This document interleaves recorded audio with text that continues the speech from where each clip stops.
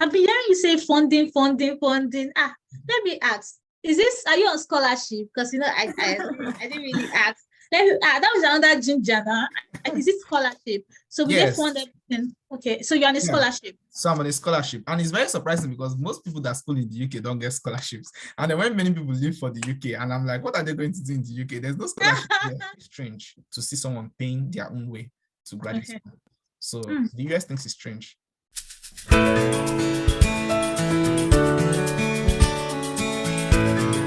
Welcome to another episode of the Express channel. And today we have a guest on our meeting today, and it's Mr. Davidson. So Mr. Davidson is going to introduce himself, but before we begin, I would like to tell you again about Express channel. My name is Stella, and in the Express channel we speak on relocation to any country of your choice. So whether it's UK, US, Canada, whatever country you want to go to, probably to improve on your professional development, to get work, and for anything, we speak on that, and we take you by your hand and show you the steps. So if you are seeing our video for the first time, we always say kindly hit that subscribe button. And if you're a returning subscriber, thank you for always being with us. Now we're going back to so we have Mr. Davidson, and he's going to introduce himself and tell us all he has to do. So thank you, Mr. Davidson, for this opportunity. So the floor is yours. Thank you, Stella, and thank you, Express Global Services, for inviting me to the program. I'm really happy to share my experiences with the viewers out there, people who are wanting to take a leap outside of their home countries to develop themselves, either as a career-driven person or as an academic-driven person. My name is DAVIDSON. So I am Nigerian. I'm from Imo State in Nigeria. And I studied at the University of Benin in Benin City, Nigeria, where I'm currently running my master's program at the University of Delaware in the US, in the United States. So maybe as we go along the program, we could know more about ourselves, but it's like a brief intro. Okay, all right. So Mr. Davidson, I know recently you just moved to the United States of America. So we would like to know, because we've got so many people that want to know how to relocate to the US. You know, most of the time we do videos on the UK, and some people are like, what of Canada, what of US, what of other countries? And so luckily I was able to see that, we have someone that has actually moved to the US recently, and he will probably give us a guide. So Mr. Davidson, can you tell us what route you used to relocate to the US? Okay, so I followed the education route to relocate to the United States. I know that there are other ways people relocate. Basically, relocation to the United States is classified into the immigrant and the non-immigrant process. So the immigrant process is for those that want to leave finally on a final basis to the United States, either because they've gotten like a permanent job or some other things, they are seeking refugee or asylum and all of those. But the non-immigrant process works pretty easy. You can get a student visa and you're off to the United States, or you could be going on a tourist experience or going on a business trip. So these are like the options for the non-immigrant relocation process. So for myself, I relocated through the education routes. Okay, so when you mean by immigrant and non-immigrant routes, are you saying that non-immigrant means that you won't probably get like a final citizenship in the UK, or there's a limited time you have to leave your country? Because I know there are some courses or some countries when they tell you need to go there, you need to live in a specific time. But what do you mean by immigrant and non-immigrant? Okay, so it's all about intention. So the immigrant status means that you are living on a permanent basis to the United States.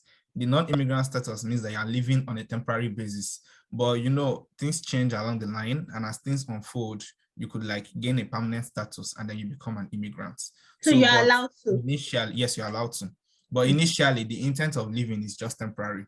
Just like tourism, business, education, these are like temporary intents of living. So at that stage, it is like you're just not immigrant. So if things unfold along the line and you kind of get a permanent status, then of course you're not an immigrant. Okay, because here in the UK, before you come in, they will let you to specify.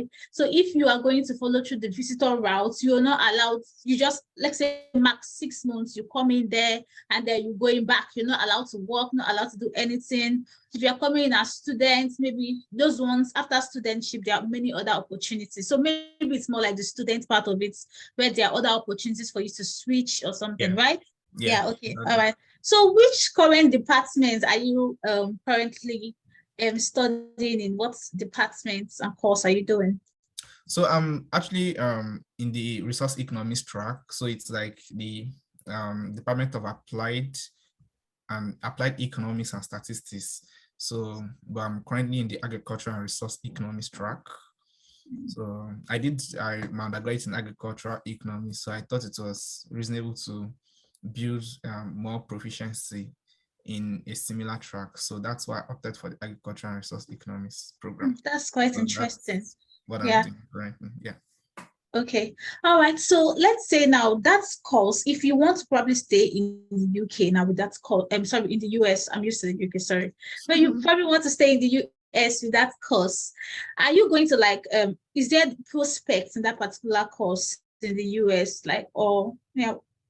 Yes, economics is a very vast field, and if you look at economics in essence, application of economics cuts across almost all sectors. In the bank, you have economics. On the farm, you have economics.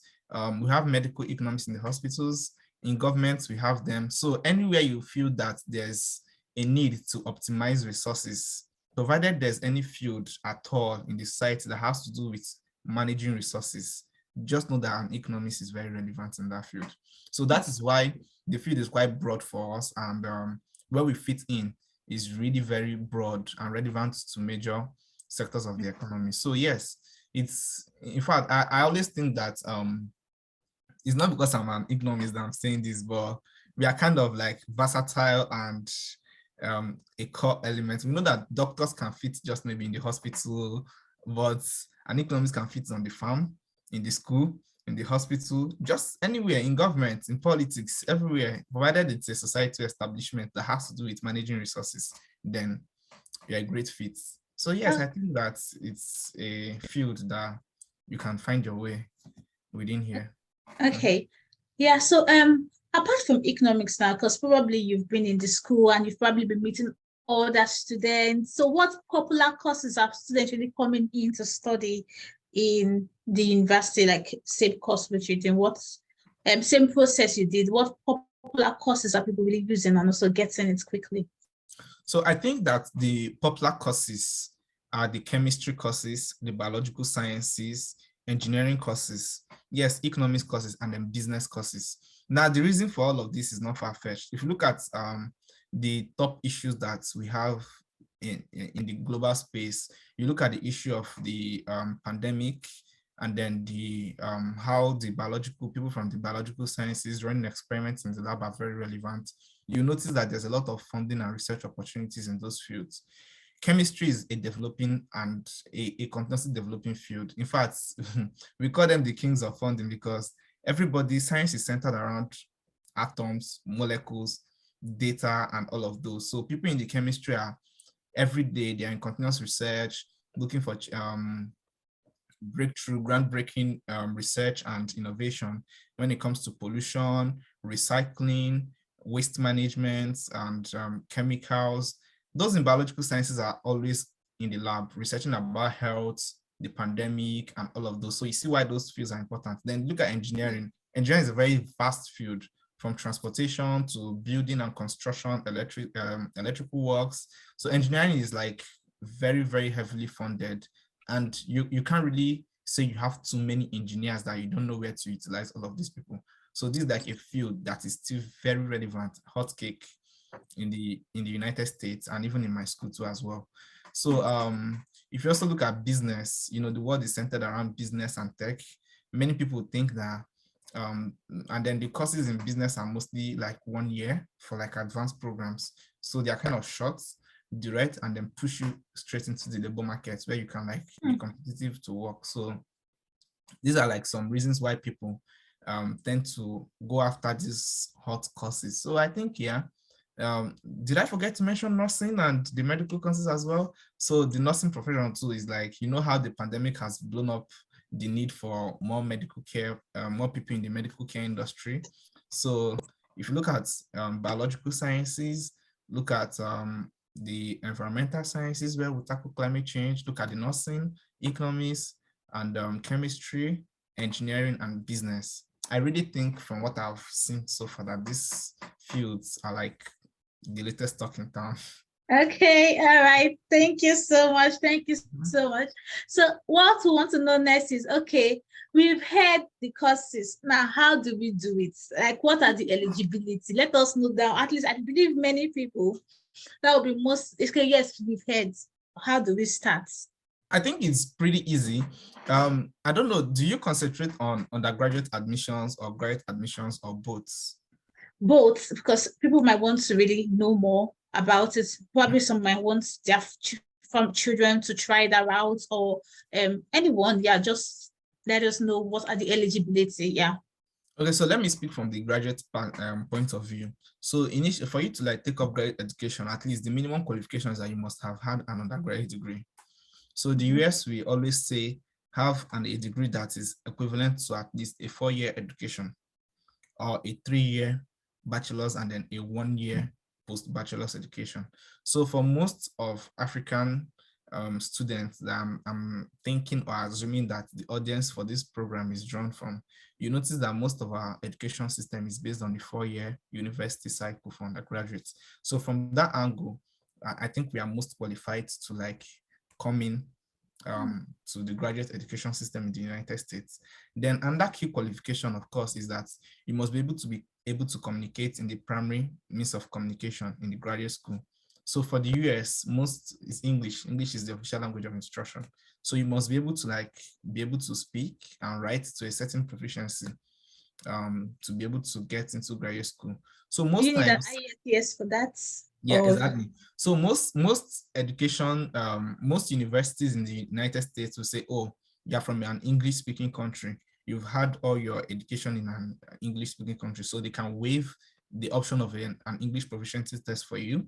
That's good. For those that are not from an English speaking country, you actually need to present an English proficiency test. The most popular is the TOEFL, the test of English as a foreign language. Yeah, I know in the UK it's mostly IELTS. Yes. So TOEFL is most popular for academic programs. IELTS is also very popular. Okay. So these are like the two most popular English proficiency Hi test. guys, before we continue, let me use this opportunity to appreciate today's sponsor, which is Express IELTS Masterclass, the positive bank changer. Express IELTS Masterclass have actually helped a lot of people to achieve their relocation dreams. People that are having difficulty in passing IELTS and have written more than 4 to 5 times have actually testified of good results after encountering Express IELTS Masterclass. So if you are scared or you fall among the category of people that have probably written this exam several times and you've not been able to proceed with your registration or complete it due to IELTS, then I think you should contact Express IELTS Masterclass for a positive result. Okay, actually they run an exam, they run a 6 weeks program online. I know a lot of people will be like, oh, 6 weeks online, oh, you're not confident of online exams. Well, test Express IELTS Masterclass and testify a difference. If you want to have an experience of an online class that is as much as a physical class, then Express IELTS Masterclass is the one for you. I'm going to be dropping their link in the description for you to see ways you can reach out to them. As you can see, we are uploading different results now of people that have actually passed through this Express IELTS Masterclass and are testifying and are actually in the UK currently achieving their dreams or working with their current proposed and desired job. So try them and you will never regret. Some schools will accept a Duolingo test. You know this Duolingo app where you can Yes, yeah. Some schools will tell you, oh, if you have a Duolingo test, you can send it in. Some will tell you, oh, just give us like a letter from your undergraduate university stating that you did your undergraduate in English language and you are proficient. And that's it. So that's like a second criteria. Then a third criteria is that you need your undergraduate transcripts to apply. So for Do you the need to have benefit it of, on hand, or do you need the school we need to send it? so conventionally, what happens is that when you're applying, you can upload a copy yourself. So that's like the unofficial copy. Then when you are finally admitted, the university will ask you to send a transcript directly from your school to them. So they can do that via email. Some universities accept email copies of transcripts from the official registrar or exams and records department, while some will request that you mail to them physically. So it all depends on what the school requires. But most times you can even like apply to most schools by just downloading your records, your transcript records from your university portal, if that is applicable to your school. So most schools accept that as well. And then most schools will ask you to upload your degree completion certificate, whereas most schools will not ask you for that. So it's very, very subjective to the school. And your CV is also a very important component of the application process, because you have to like show your educational history, work experience, and all of that. And your CV, a very short CV, can attest to all those stuff. So the CV now, is there a particular format the CV will need to be, or is it like it shouldn't be more than 2 pages, it shouldn't be more than 1 pages, or like, or it should No, like there's no single format at all. At least I can say for US universities. I know universities in Europe, most of them will ask you to put your CV in the Europass format. So they use the Europass format, but for United States, you can put in your CV in the way it suits you, and that's just fine.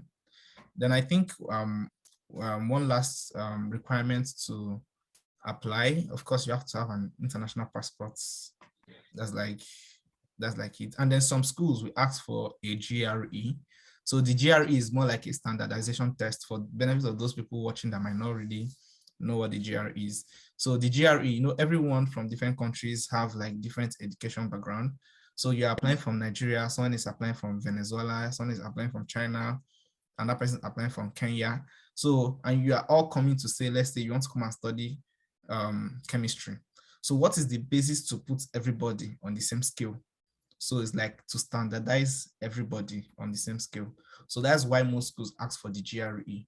And then when you write the GRE and someone from Nigeria is scoring 320, someone from Kenya is scoring 320, someone from India is scoring 320, you can say, oh, these people can be put on the same scale and on the same level, and they will perform equally. So although it's not like a true test of knowledge, but it's just a way to standardize applicants from different backgrounds. So most schools also waive that option because there are arguments that the GRE is quite expensive, about $220 for Nigerians, and some say it's like it's not a true test of knowledge too, so it shouldn't be like mandated, while other people still argue that the GRE is like gatekeeping against poor people from accessing quality education too as well. So it all depends on, and then some schools will tell you, oh, it's not necessary. And then, the COVID kind of brought some form of economic hardship and inability to like meet at testing centers, and also some schools just waive the option of writing the GRE and you can just do it without it. So if you're interested in this, always remember, you can always email the school to find out information like this, right? Just to know what you are doing. This GRE, is it written in any country or is it computer-based? So the GRE is computer-based, but then it has to be taken either at home or in a test center. So, so I took the GRE in Owerri in Nigeria. So there are a number of, if you go to the GRE websites, you see the number of, and select your country, you see the states or the cities where the test centers are located. So you can choose any of the test center, go there and write it. If you write in the test center, it's also computer-based. Then if you choose to write in your house, that is also fine. It's called the home-based testing. So you can also sit in the comfort of your home and write the GRE from anywhere in the world. So guys, we're going to be dropping the link of the GRE so you can go and check it out yourself, just in case you are really confused and probably we didn't really clear it up properly. Well, you can also, don't forget to drop your questions in the comment section after you've watched this video. I will always come back to attend to it. Okay, so I want to ask another question. do you guys use like a personal statement? Because I know when you're applying for masters in the UK, you will need a personal statement to talk about why you're interested in the course, why you are the best candidate, and all that stuff. Okay, so I don't know how I skipped that, but that is a very important component of graduate school application. So you actually need to submit a statement of purpose or a personal statement. So these two terms are kind of used interchangeably, but there's a slight difference between both. So if you're applying and the school says submit a personal statement, they need something that is more personal to you, that's more attributive to you, kind of talks about your life story and how all of those stories make you a good candidate for the program. So if you're asked to submit a statement of purpose, that one is more academic and more formal than the personal statements. So the statement of purpose would talk about you just in a slight detail. And then two things that distinguish it from the personal statement is that firstly, it must talk about your professional and academic qualifications and how those make you a best fit for the graduate program. So you should be talking about your work experiences and how those shaped you and how it made you a good fit for the program. And then you should talk about your research interests in a statement of purpose. So a personal statement is more personal, more story-like based kind of a thing. A statement of purpose is more professional, comes from the academic angle and your work experience and professional angle. So it's just a very thin line that kind of differentiates these two. And then there are two other documents, two other kind of piece of writing too that most schools in the United States will ask you for. A motivation statement. So you could be asked to write a letter of motivation. So that is a little kind of similar to a personal statement, but it centers around what life experiences have really shaped you for this program and kind of make you a best fit for the program. And then the fourth piece of writing can be the diversity essay. So the United States is very high on diversity. If you know that the United States is United States prouds itself as a nation that is free for everybody, built by everybody, and all of that. So it kind of models a society that everyone can thrive in. So some schools tell you that, look, their communities are very diverse, made up of thousands of international students from thousands of backgrounds, where there are people that identify as different sexual orientations, where there are people that identify as different ethnic and tribal recognitions and all. So they want you to give a statement of diversity. So that kind of points to what different experiences have shaped you that make you diverse and also makes you as a perfect fit for the graduate program. So all of these have like small nitty-gritties that differentiates them, but they still have like an interconnecting point to the whole central theme of your application process and all. Okay, thank you so much for that. Guys, hope you've got your pen and paper because I've got mine and I'm documenting some things. You might be seeing me doing my master's very soon in the United States. So I want to also ask, in terms of, do you need a referee? Because I know in UK they'll ask you need like 2 references. Do you need something like that to state that's to authenticate who you are? Yeah. Yes, you do. So when you're applying to graduate programs in the United States, you need referees. Most schools ask for 2, then some ask for 3. And then referees are kind of submitted in like 2 main ways. You can just like impute the email address of the recommender or your referee, and then the school sends them an email, and then they can respond to that email and provide a reference letter for you. Very, very few schools will ask you to upload the reference letter yourself. Very few, yeah, very few. And then when you are sending the letter of reference, the school will normally ask you, oh, do you waive your right to see the reference letter, or you don't? So you can choose to waive or not. So what that means basically is when the school sends that email to your referee and the referee responds, normally the reference letter is supposed to be confidential between the person recommending and the school. So, but then there's like a clause in the education rights that allows you to see what someone is writing for you. That's good. So if you choose to waive your right, it means you will not see what your recommender wrote. But if you choose not to waive your rights, when the recommender sends the recommendation letter, the school will make that letter visible to you so you can see what they wrote about you. So, well, people say it's more how will I put it? It's better you waive your right to see so you don't see it. And the reason is because it kind of gives the admission committee some trust that you did not influence what was written, and that what was written honestly. And then it's also kind of breeds some kind of confidence that you think that you worked well with the person that's recommending you, that you don't really need to influence what they write for you. So yes, recommendation letters are very critical to the application process.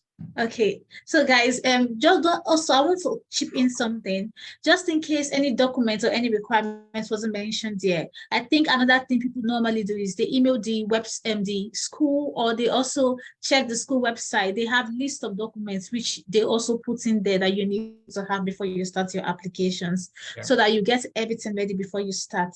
So most important, your international passport. I've said this in all the videos. If you want to travel out of your home country, if you don't have international passport, I don't know what you're doing. So you haven't started. That's like the very first stage. So try to get that, and then probably start putting in your transcript and other of your school documents, and you'll be able to get what you need. Okay.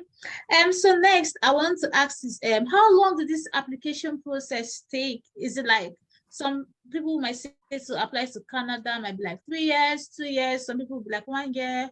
So how long did it take for you to do this? So the application process in the United States, most schools taking admissions in fall, and fall applications start mostly around August.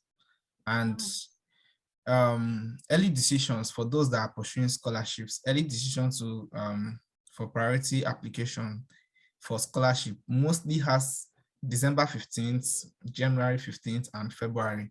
So by February, I doubt if there are still schools that will give funding for fall. So from August to February, that's like the application window for fall for scholarship considerations. Then the application process can still continue to like April. But most times, applications that extend to April may not come with funding. If you see any application that comes with funding to April for international students, it's very rare, but I mean, nothing is impossible, but it's very rare. So most application for fall for funding consideration is between August till January, late February. But then applications are still being accepted until like April. Well, for domestic applicants, that is those that stay in the US, they can even apply to like June or July. Then the school resumes mostly in September. Exactly. So then there's the spring application too. The spring application starts mostly in February. So it can run up until August. So most times people from the spring, they resume earlier. So they resume like June, July.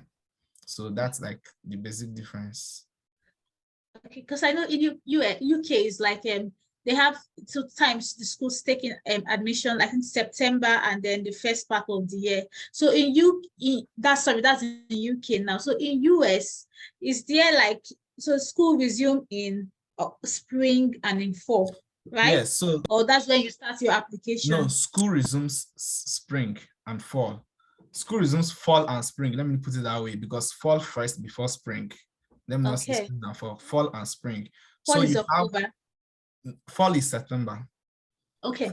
Fall September. But then you have fall application is for application that will resume in fall.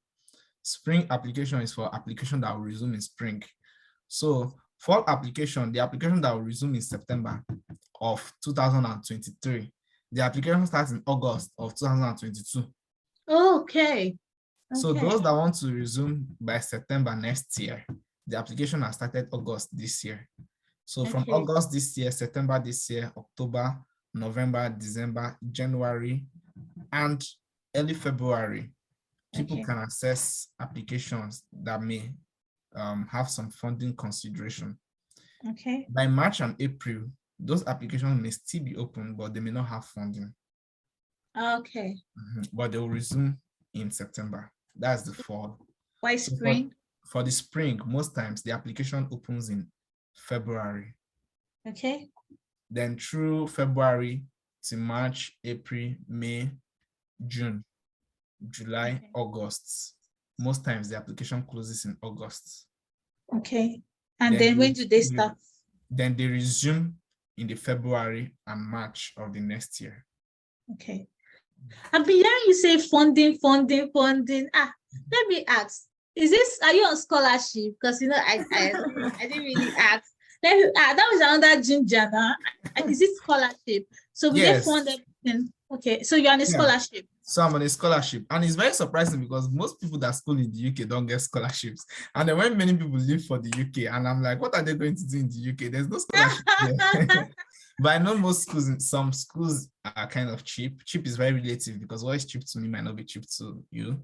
Okay. So I know most schools in the UK they are like many affordable schools. But I think the US, schooling in the US is very expensive. So that's why most people that come to the US kind of have some level of funding. Actually, someone says you can't even do it's not even like something to be proud of that you're doing research as a graduate student and you're paying from your money, because the research you're doing is supposed to be like for the good of the society. So they should pay you to do research, not you paying to do research. Like, what is there to gain for you, you know? So you are being paid to research. So I'm funded, and they're like the US and US and Canada are like the headquarters of funding. There's like a lot of funding, especially for those fields that we talked about at the beginning of this discussion. Yeah. Like a whole lot of funding opportunities. Wow. But the UK, I don't really know much, but apart from the popular Chevening, Commonwealth, and some of those prestigious scholarships, I don't think there are much funding like that when you want to compare to the US and Canada. So I've also heard that now we're going to the price because we started funding talk. so I've also heard that they have partial funding, full funding. Let it not look like the school fees now is like 100,000 and they're funding 1,000. Then someone has to go and sort that for $99,000. That's what is still discouraging. Please, can you expatiate the funding? Let us know which one are we like. How do they do, like, what's the cost? Which part are you supposed to pay for? Then which one is the school going to fund for? So let people start applying for the funding too. Okay. So if I'm going to classify funding in the US, I will classify it under 5 major areas. First of all, there's full funding and there's partial funding. Full funding is when you get everything. You're not paying anything from your pockets. Partial funding means you still have to pay some, while a certain percentage is like funded. But if I want to classify funding in the US, I'll classify it into 5 areas. Number 1 is like scholarships, external scholarships. Now, external scholarships are like, let's say, you know, of Knight Hennessy scholarships, MasterCard Foundation scholarships, and many other prestigious scholarships. So you apply to those scholarship bodies externally. It does not have anything to do with your school. They award you a scholarship. Most times, the scholarship comes with like, before you apply to the scholarships, you must have applied and gained admission to a school. Most times, you apply to 2 of them concurrently. But what it matters is that whenever you get admission, the scholarship body you've applied to is funding your school, your schooling and all. So when it comes to tuition, they pay. So most of those scholarships are usually 100% full funded. They pay for your accommodation, they pay for your tuition, and they pay you a stipend every month for your upkeep. Wow. Wow. Okay. Oh my God. So then the second category, if you ask me, is the this kind of funding that I'm trying to talk about now is one that is like very vast. Most people don't know about, because you really don't see people advertising all these things on social media or sharing on Twitter. So it's very important you also know that those scholarships I mentioned initially are very competitive, because like millions of people are trying, thousands of people are trying to apply to them, right? They're very competitive. So sometimes it might be very difficult to get them, but it's easier to get the school-funded scholarships. Now, school-funded scholarships can come in different ways. Number 1 is fellowships. Now, you hear some people donate money to schools, and the schools establish a scholarship in their name, for instance, or in the name of a foundation. So you can hear like maybe Express Global Services, Express Channel grows so big. You can say, oh, I want to donate a scholarship to the University of Delaware. So every year you are given like University of Delaware $10 million, and then they endow that scholarship in your name as a fellowship. So every year people kind of apply to that fellowship, or everybody that applies is automatically considered for the fellowship. And then people that are selected for the scholarship are notified, and they are paid. Their tuition is there, accommodation and feeding is taken care of. So those are like fellowship. Most times fellowships are in memories of people, or funding that people institutionalize in their name in the particular program. So do you understand that? Yeah. I guess. Okay, So good. it's just like let's use Michael Jackson now, who is dead now, and he funds a particular Exactly, yes. year. So it's Or be maybe like his Michael family Jackson. just wants to keep his memory Yeah. alive. And then his family will go to the Department of Music in one school and say, Yeah. oh, we are offering maybe 2 music students fellowships in the name of Michael Jackson. So every Yeah. year they select 2 students and award them the fellowship. Exactly, you get it. Now, Okay. those ones too, because they are mostly limited, they are also a little competitive. But Yeah. why is a little easier to get is that they don't target the whole school. It's by program. So you can have instant fellowship for only chemistry students or only physics students. Then you can Okay. have Yeah. social scholarship for only nursing or music students. Now, there are 3 categories of scholarship that are very, very, very easy to get in US. Number 1 is the graduate assistantship.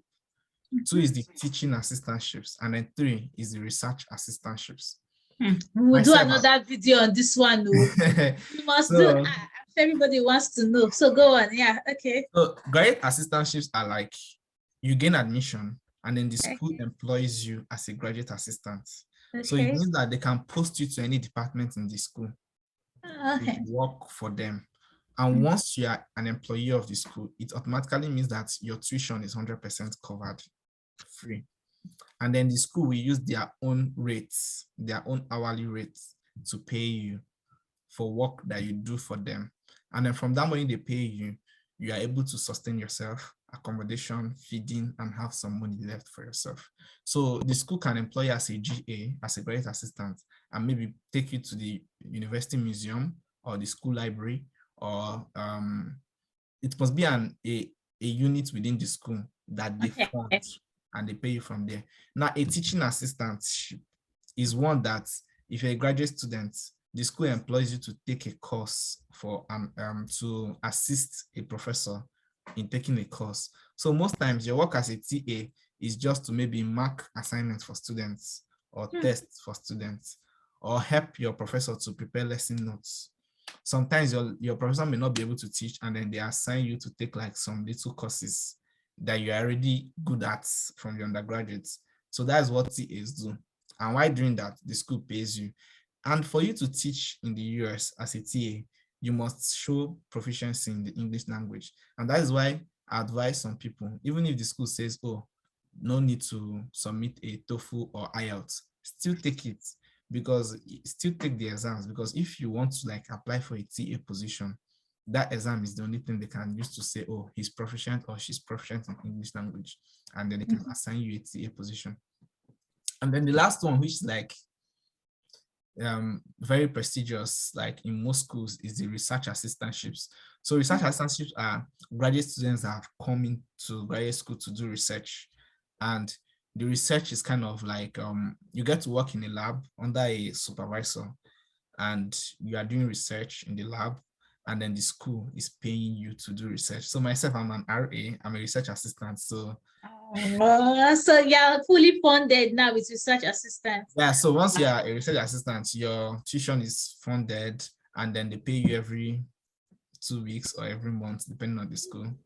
So that's it. So because you're actually doing research, so you should be paid to research. You shouldn't pay to research. Do you understand? Because your research is not for yourself. You should be paid to be research, not I'm going to write that, say that. So I'm an RA, so I kind of work with a professor in the lab to do applied economics and behavioral and experimental economics research. So you're paid for your time as a researcher, and whatever the school pays you is like sufficient enough to. The school will always consider the cost of living in the city, put in tax and a whole lot of other considerations to make sure that they are paying you something sufficient to sustain Okay. you. And also, then I think the last one is a partial funding. So partial funding, what happens here is that the school decides to pay a certain percentage and tells you to fund the remaining. So it's quite tricky because for most people that live from Africa, we have like a low economic status most times. Financial background is not always very strong. And then our currency is like weaker compared to the US. And if the school is telling you, oh, pay just 10,000 US, you can imagine how many millions it is. You have to get, yeah. So it's a little crazy. So it's not always about Scholarship. You need to know which one. yeah. So if you have money and you have like partial scholarship, I mean, you can take it. And then remember that when you get the F1 visa for US, it allows you to work in the United States for like 20 hours a week. So if the school gives you a kind of funding that you think that if you work 20 hours a week, you can cover up the deficit. Not bad. You can always take up the option and so how long now? Because first, did you use an agency or you did it yourself? No, I did not use an agency. I did my application process myself. You must be very brilliant then. It's very brilliant. So I mean, it's pretty easy. It's very easy. Let me not even say it's very easy, very, very easy to apply to US schools. If provided you can read and write, of which everybody that's applying to school can, then you can apply yourself. And the only thing is that you just have to pay attention to details. That's all. So you can apply to any school of your choice. You can apply yourself A to Z. The highest you can get is a no, or sorry, you're not admitted. I mean, I applied to many schools. I applied to many schools. How long did all this like process take? Like, because when you're saying, I'm like, okay, if I want to start it today being October, what is my prospect of coming into the US? Like, how long does it take then having to apply? Because I'm sure it's not 10 you will apply to. You have to apply maybe 100 schools. Oh my God, no. I didn't apply to so much. I applied to like quite a number of schools. I can't remember exactly, but I think I applied to like 18 schools. I got admitted to like a lot of them too, you know. Wow, I said you are brilliant. Continue. I got admitted to a lot of them too with like offers, some fully funded, some partially funded and all. So what happens is that I submitted my first application to, I think it's Oklahoma State University. That was in November, I think November 25th or thereabouts. So the decision came, okay, so they actually asked me, my transcript did not meet like a particular course they wanted. They wanted like extensive calculus. And unfortunately, we didn't do that in my undergraduate stuff. So they replied me by February. I'm like, hey, this does not meet it. I kind of emailed back and like, okay, can I take like a calculus course on Coursera or Udemy? And I even like found some courses and sent to the school. And like, can I take these courses to make up for the deficits? And then they replied on like, oh, we've looked at the courses you sent and it does not meet our own standard. Why not take this course from Sailor? And then the graduate coordinator gave me the link to the course. And he said, look, if you take this course and return the certificate of completion before so dates, we are going to give you the scholarship and all. I'm like, okay. So I took the course, you know, and I also returned it. So the final decision came in March. My current school, the decision came in April 15. And then other schools came in February, March, mostly between March. That's when the process comes in. And then one thing about the universities, the US will not allow you to enter, the US embassy will not allow you to enter the country more than 30 days before the start of your program. So even if you start applying from August, the decisions are mostly around March, April, and May. So when you get the decision from March, April, and May, you prepare for your whole visa, interview, and your relocation. So if you're starting in September, you should be arriving August. If you're starting in August, you can arrive same August or July.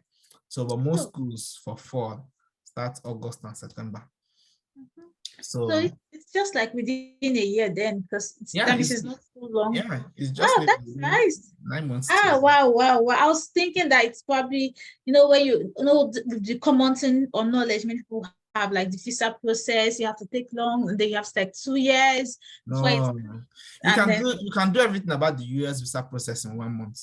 in Okay. 1 month or 2 months. Actually, it's tricky. So it depends on the length of wait that the backlog the embassy has. So when I was applying, I think I applied for my visa in May. Then I went for interview in June. Then I left for the United States in August. That's So good. Wow, that's very, very nice. So tell me now, how have you been adjusting since you got into the being a different country, different weather, different food? How's it been, just for other people that want to know? And can they come in with their family too? That's another important question. Yeah, so it's a whole lot of experiences, So, but the good thing about life is that you have to keep on adjusting. I mean, that's what makes us humans now. We have to be adaptive. So when I came in initially, I noticed that the people could not hear what I was saying. They couldn't really hear me. You were speaking English. I was hearing all of them, right? But they couldn't hear me very clearly. So I had to take my time to talk slowly and make sure they really grasp it, because communication is important here. One thing about the US is, it might be same in UK. They just give you instruction and they go. And nobody's coming back to ask you of or remind you of that thing. They just expect that you do it. But if you can't do it, you should come back and say, I can't do it. Not I did not do it, but I can't do it. They are two different things. So communication is very swift too. They talk pretty fast. I mean, I could hear them very well. If you watch movies a lot, you should probably be catching up. That's true. But then the problem is, can they hear you? So you have to talk slowly. Then fall is like the code is gradually coming right now. So somebody coming from a place as hot as Nigeria, you should know now. Yeah. You have to cover up. I mean, the code is crazy, bro.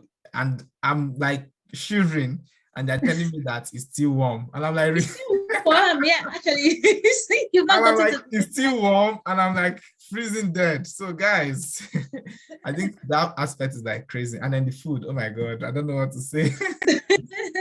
So when I was coming, I came with some stuff from Nigeria. I was able to phase in gradually. And then the plenty food, you just have to start with burger and sandwich, because those are the ones that are very palatable. Then you keep trying new foods, and with time you can adjust. And I think the people are friendly, friendly, eager to help. But friendly is not like the way we are in Nigeria. Every morning you knock on your neighbor's door to check on them and all of that. So it's more of a unitary lifestyle, but at least it's still everybody still wants to make sure you're fine. Okay. Then talking about coming with dependents, yes. If you want to come with dependents in the US, it's not as easy as it is in the UK, but it's also very possible. And then I think the US embassy would want to be very certain that there's a bloodline relationship with you and the person. And most people that come with their spouse.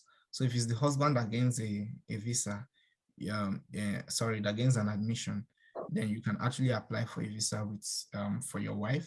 She just needs to take your I-20, which is documents the school issues to you that you take to the embassy, and then she can get a dependent visa. We'll call it the F2 visa for students.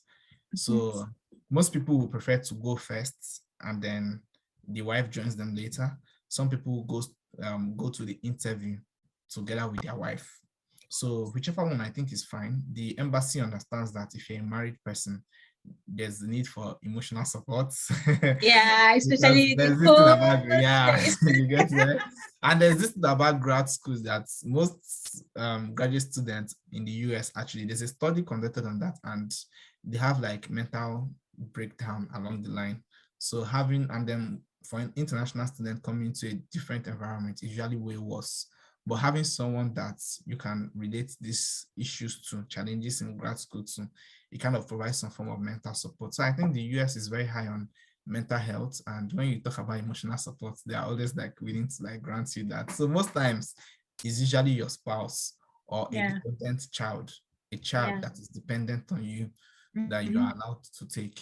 So so for spouses, they'll see your marriage. Most would want to see your marriage certificates, wedding pictures. They can go to that extent. Sometimes they don't.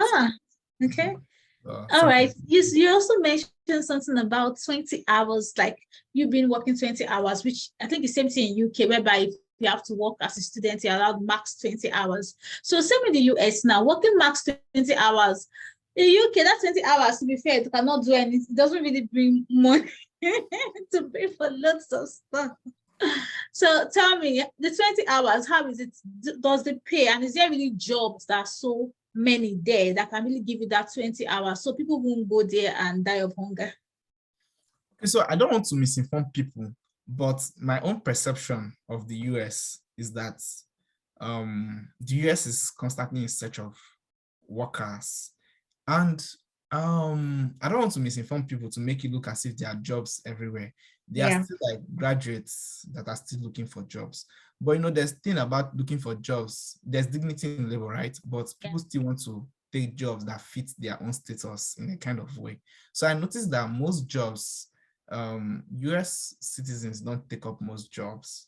Well, probably because of their status and all, and the kind of luxury they can afford. So most students, I doubt it's possible for you to be a student and you don't find job in a month. I really doubt, because almost everybody I've interacted with here, I don't look for jobs because I have like an automatic placement, right?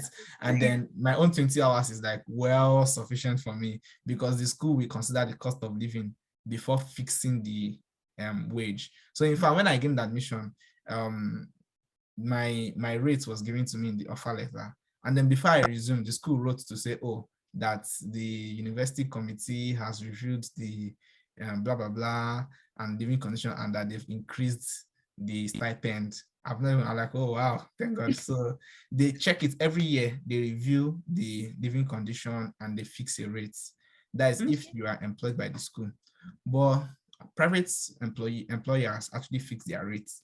So one thing I'm 100% certain of is that you can sustain yourself with your 20 hours a week work, but you cannot pay tuition. Okay, all right. 20 hours a week.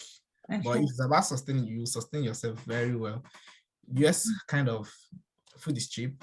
Accommodation is quite expensive though. So that's what will take like the bulk of the money. But if you're talking about sustaining yourself with 20 hours work week as a student that does not have dependents, you sustain yourself. And then one good thing about those that come with dependents is that the dependent can work for up to 40 hours a week. Oh, that's good. Okay. Because they're not schooling. So they can work for 40 hours. So people that come with maybe a wife, the wife can take up a job and then take care of the husband. It's also a form of emotional support too, right? So that is like part of it. But, all right. Thank you so much. Thank you very much for giving us this opportunity to hear from you, and then we've like heard and learned a lot, because my book is actually, you guys think I'm joking. Oh my God. My book is actually, but like, what's like your final word? So like, what will you encourage people to do? Will you encourage people to come to the US with that process, or what would you actually encourage people to do? Or is there any other process that probably you just wasn't suiting you didn't use, or you think it might also benefit other people? So what do you have to say? So before I left for the US, I actually did a lot of research and grant study.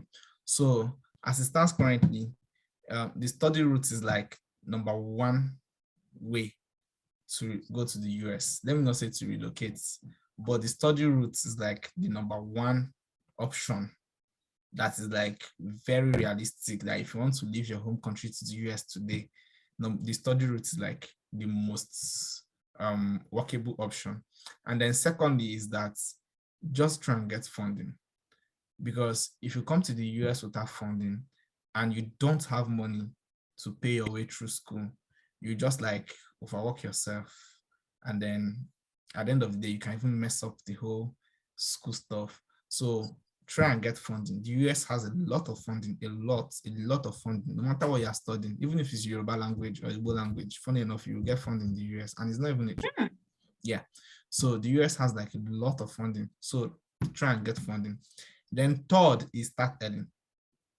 So if you start early, you have your documents and your paperwork in place, then if you fail at a point, it's easy to pick up and continue from where you stop. So start early. That's number 3 advice. And then number 4 is never give up. So one thing I discovered is that some people try, the process is difficult. They say they are not doing it again. After 6 months, they come back and start again. It's difficult. They say after 2 years, they come and they've gone nowhere. So just don't give up. Ask questions. That is very important. Like Express Channel, Express Global Services, you can hit them up and ask questions. Oh, how am I supposed to do this? So these are people that are kind of like experts in the whole process, and they can like give you a guide on how to go about it. And then lastly, read a lot. That's something about the US and maybe other places too, not even just about the US. You have to read. You have to read a lot, pay attention to details.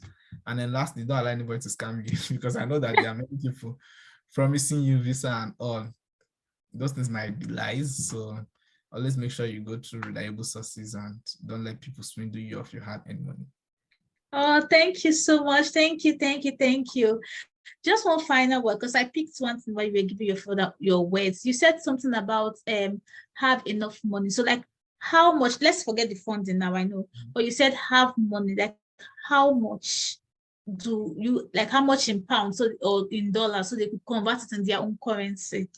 How much do you think? So if you ask me, I'll just give a breakdown of the costs, but I cannot say this is how much you should have. But maybe if I give this breakdown, you can do the addition yourself and find out how much it costs you to apply. Now, application fees, first of all, is the thing that will take you money. To apply to schools, you have to pay application fees. Now, many schools in the US, when I mean many give application fee waivers that you don't have to pay. And to get those application fee waivers, you have to just like write an email to the grad school coordinator. And there's like a format you can use, like, oh, I'm a recent graduate, I'm not working, I don't earn, so I can't pay. Or the conversion rate for my currency to $1 is like 700 naira to $1. If I pay $100, it means I'm paying 70,000 naira, which is like above minimum wage or takes 2 months to earn. So you kind of express financial hardship and say, and that's the grounds for requesting a waiver. I mean, you granted financial hardship. Then you can also attend like the university open days, webinars. And when people that attend webinars are always given like free for most schools application waiver. So you can use those to apply. But assuming you don't get any free waiver and you want to apply, average cost of applying to schools is between $30 to $100 most times. But let's take $50 and you apply to 10 schools, that's $500, right? If you are going to write the GRE, which is not compulsory, when I wrote it was $220. If you are going to take the TOEFL, which is not compulsory, when I took the TOEFL, it was $220. Then, of course, the cost of your international passport should be on you. The cost of getting your academic transcript from your school should also be on you. Then, and that cost that will take you money is the US visa application. I think currently the US visa is 67,000. So I'm not very sure whether it's 62,700 or 67,200, but it's 60-something thousand naira. In naira though. Okay, because I said in dollars. No, not in dollars. It's in naira. So 60,000 plus in naira. That's like about $100 and something then. Yeah. Probably, yeah. Yeah. And then you have to pay the service application fee. So the service is like the record that puts your information with the Department of Homeland Security. So as a student, every student has a unique identifier service ID. So that is going to be used to track all your studentship in the US. Is $350. Okay. Then another thing you pay for is like your flight tickets. If your scholarship does not cover that, then you can pay your flight tickets.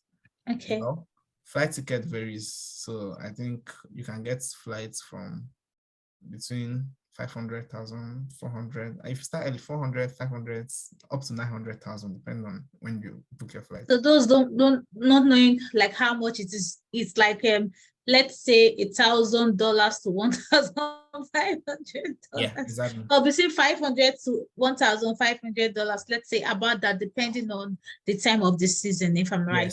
Yes. Yeah. And you said, do they also need to have a proof of fund in their accounts too? So if you get a scholarship, you don't need a proof of fund.